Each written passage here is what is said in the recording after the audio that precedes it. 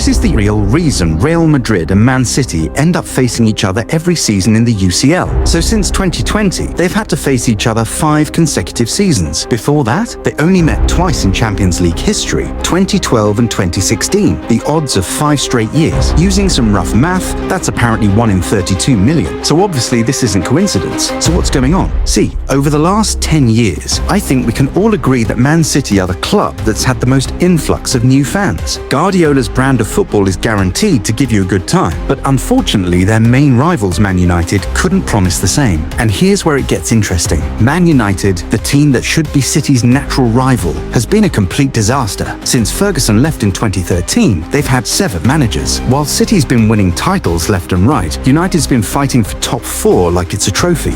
The Manchester derby lost its juice. It went from the biggest grudge match in England to basically City's annual victory lap.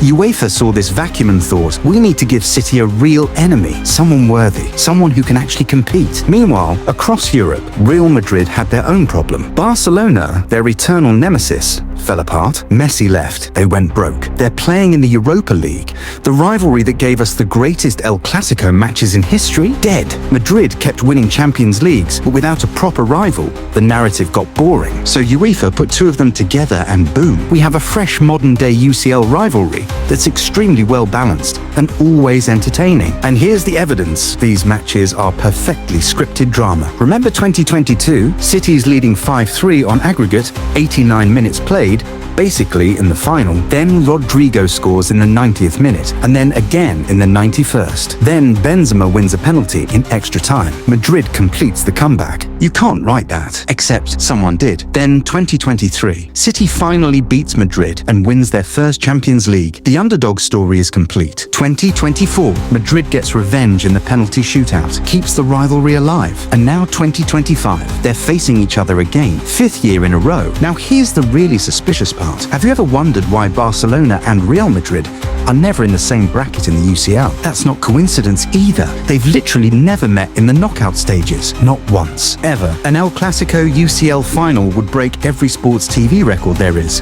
UEFA's saving that for when they really need it. Probably when viewership starts dropping. They're keeping that nuclear option in their back pocket. But during this period, Barca's been terrible. So Madrid lacked a good rival. The kings of the Champions League need a dragon to slay. Enter Manchester City. Oil money, unlimited resources, Pep Guardiola, the complete package. Old royalty versus new money, history versus the future. And most importantly, it makes a ton of money for UEFA. When Madrid and City play, over 650,000 people tune in, more than almost any other matchup. Broadcasting rights through the roof. Merchandise flying off shelves.